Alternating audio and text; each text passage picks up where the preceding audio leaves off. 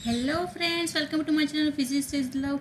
Today's our topic is on calcite crystal. ठीक है, मैंने आपको बोल दिया था कि कैल्साइट क्रिस्टल के बारे में पूरा मैं आपके लिए वीडियो लेके आऊँगी.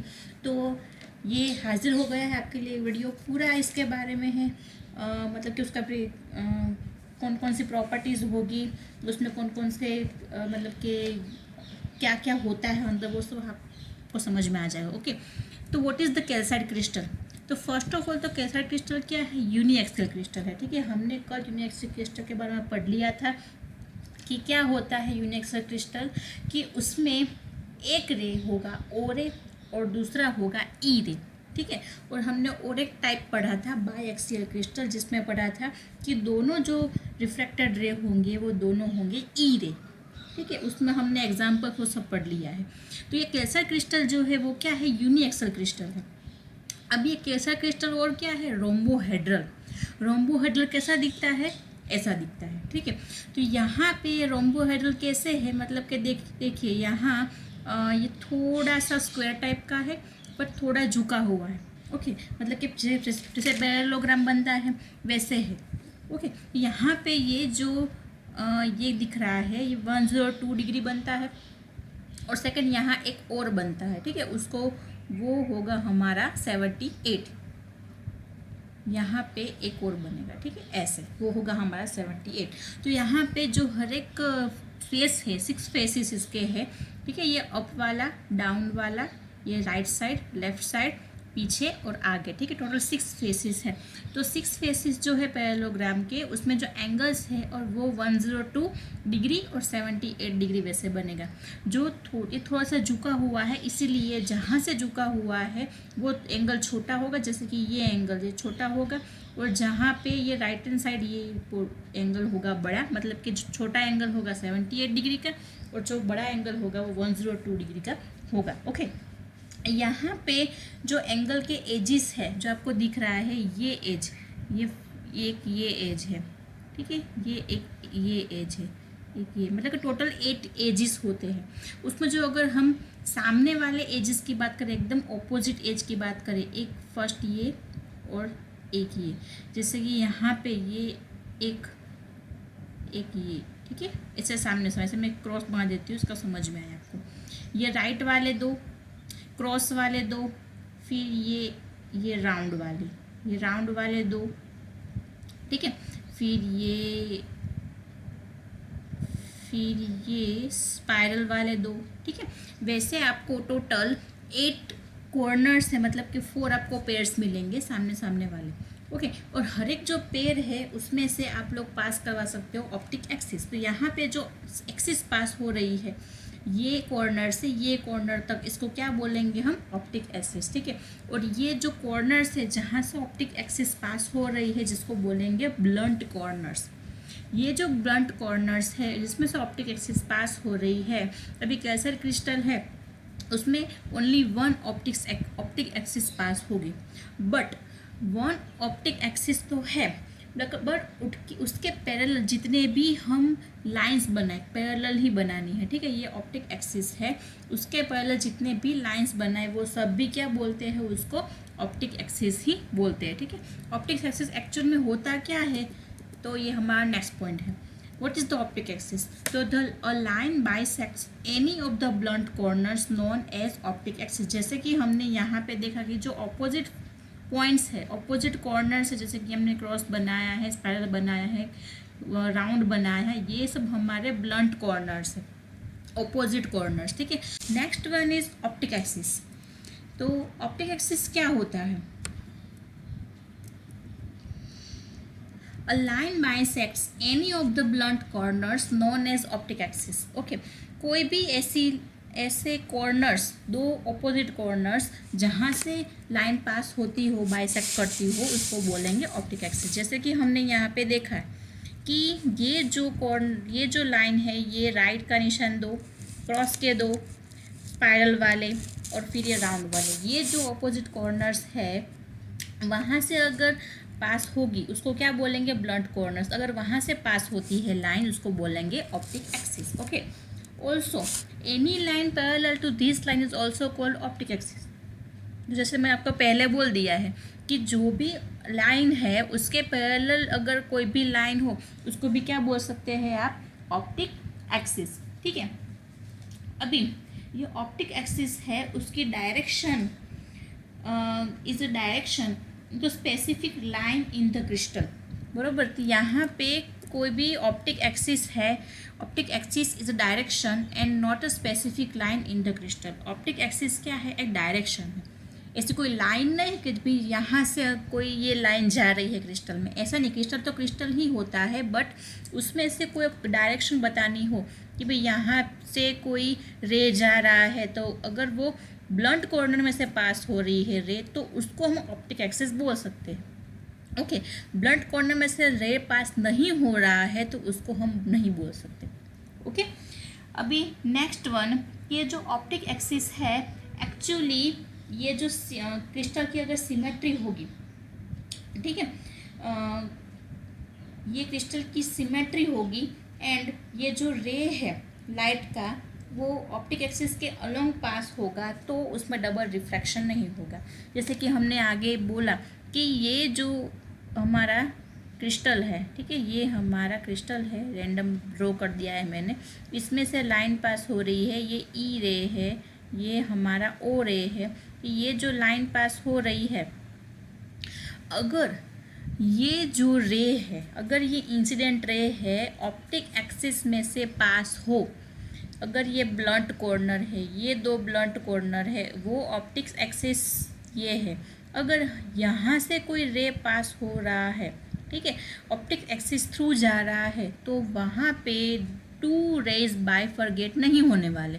जैसे कि यहाँ से ये पास हुआ तो यहाँ से ई रे और ओ रे दो पास हुए, बट अगर ऑप्टिक एक्सिस में से रे पास हुआ तो वहाँ पे टू रे स्प्लिट नहीं होंगे। ठीक है, so the optic axis is a direction in a uniaxial crystal along which the E ray and O ray travel with the same speed, और वहाँ पे E ray और O ray both are in same speed, so double reflection नहीं होने वाला है।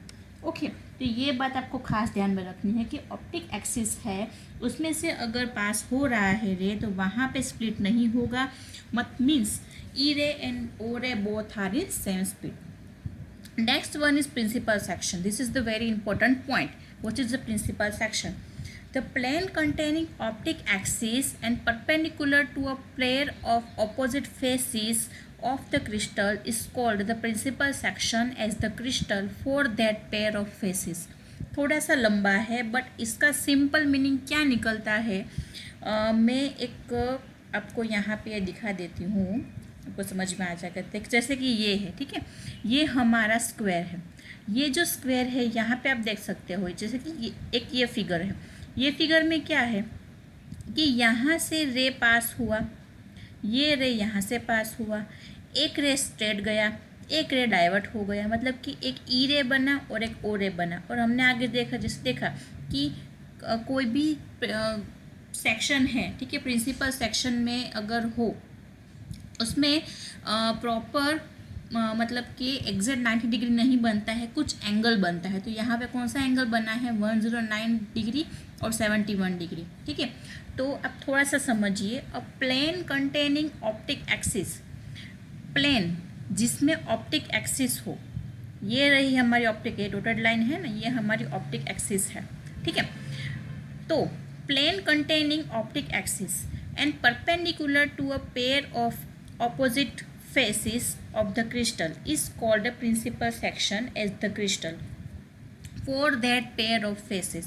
मतलब कि सपोज यहाँ पे देखें, एक ये हमारा कॉर्नर और ये हमारा कॉर्नर, दोनों ब्लंट कॉर्नर है।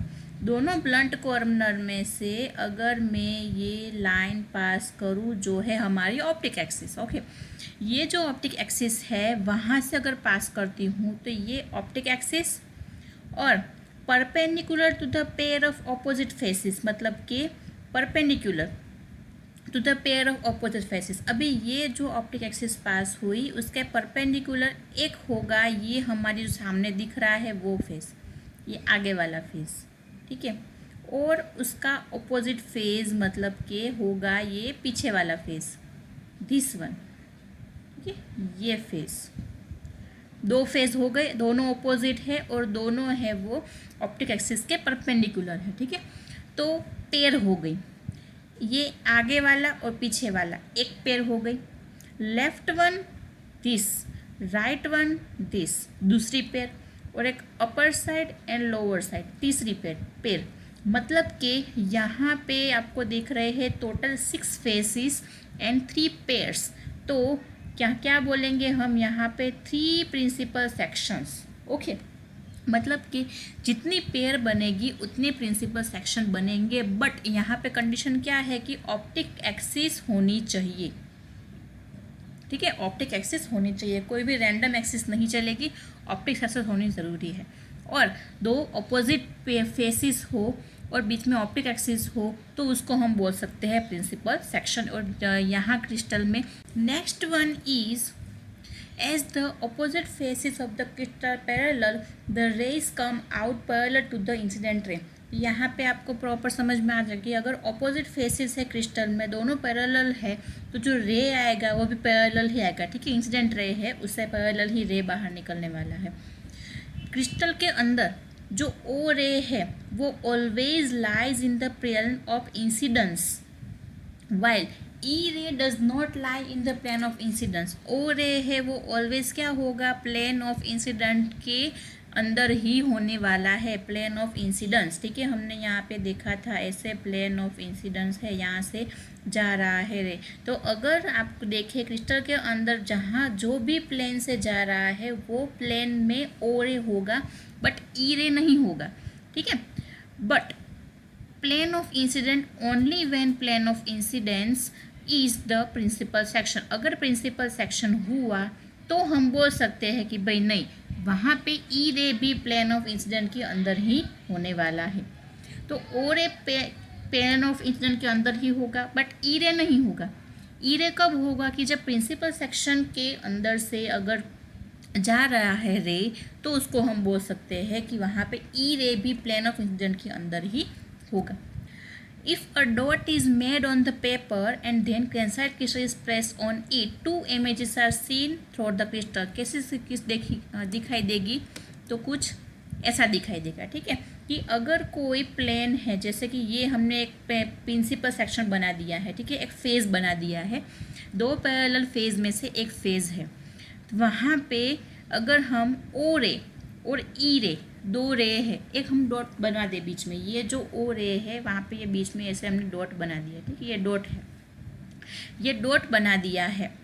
और अगर ये जो कैसा क्रिस्टल है डॉट बनाने के बाद उसके ऊपर रख दिया तो हमें 2 इमेजेस दिखेगी। ठीक है, तो जो आपको यहाँ पे दिख रहा है ये कुछ एक, मतलब कि जो ई रे है वो कैसे आपको दिखने वाला है, तो आगे दिखाई देगा। The movement of both rays shows that velocity of E ray is the same in direction by velocity of E ray changing with direction। ये कैसे हुआ, जब भी आप ये से डॉट बनाओगे उसके ऊपर कैसा क्रिस्टल रखोगे और उसको फिर रोटेट करो। ठीक है, रोटेट करना है तो क्या होगा, जो ओ रे है वो रहेगा स्टेशनरी, एग्जैक्ट बीच में रहेगा, स्टेशनरी रहेगा, वो नहीं हिलने वाला है। बट ई रे क्या होगा, तो ई रे क्लॉकवाइज और एंटी क्लॉकवाइज मूव करेगा। जिस डायरेक्शन में मूव करेगा कैल्साइट क्रिस्टल, उसी डायरेक्शन में ई रे मूवमेंट करने वाला है। ठीक है, राउंड शेप में, वो भी ओ रे के इर्द गिर्द, ओ रे के आसपास, ओ रे की राउंड शेप में वो मूवमेंट करेगा, बट ओ रे स्टेशनरी रहेगा। ई रे मूवमेंट करेगा, ओ रे स्टेशनरी रहेगा। इसीलिए यहाँ पे बोला है कि जो ओ रे है वो is the same in all direction while velocity of E ray changing with direction. ठीक है, तो ये एक नोट करने वाली बात है। सेकेंड वन इज द ई रे एंड ओ रे आर लीनियरली पोलराइज्ड। ठीक है, बोथ आर लीनियरली पोलराइज्ड। तो एक ये बात हो गई। नेक्स्ट वन इज द ई रे has vibrations of electric vectors parallel to the principal section, while vibrations in O rays are perpendicular to principal section। तो जहाँ से ये अगर यहाँ पे जा रहा है, ठीक है, तो जो ई रे है उसका वाइब्रेशंस कैसे होगा, पैरेलल होगा। और जो ओ रे है उसका कैसे होगा, परपेंडिकुलर होगा, तो ये ऐसे परपेंडिकुलर होगा। और ई रे का कैसे होगा, डॉट, डॉट मतलब कि पैरेलल होगा। ठीक है, तो ये कुछ बातें हैं कि what is the principal section. तो पूरा कैल्साइट क्रिस्टल यहाँ पे पूरा फिनिश हो गया। ठीक है, इसके बारे में आपको कुछ भी डाउट हो तो आप कमेंट सेक्शन में कमेंट कर दीजिएगा, और मेरे वीडियो को लाइक कीजिए, सब्सक्राइब कीजिए, प्लीज़ शेयर करते रहिए, और थैंक यू वेरी मच, मेरे वीडियोज़ को देखते रहिए।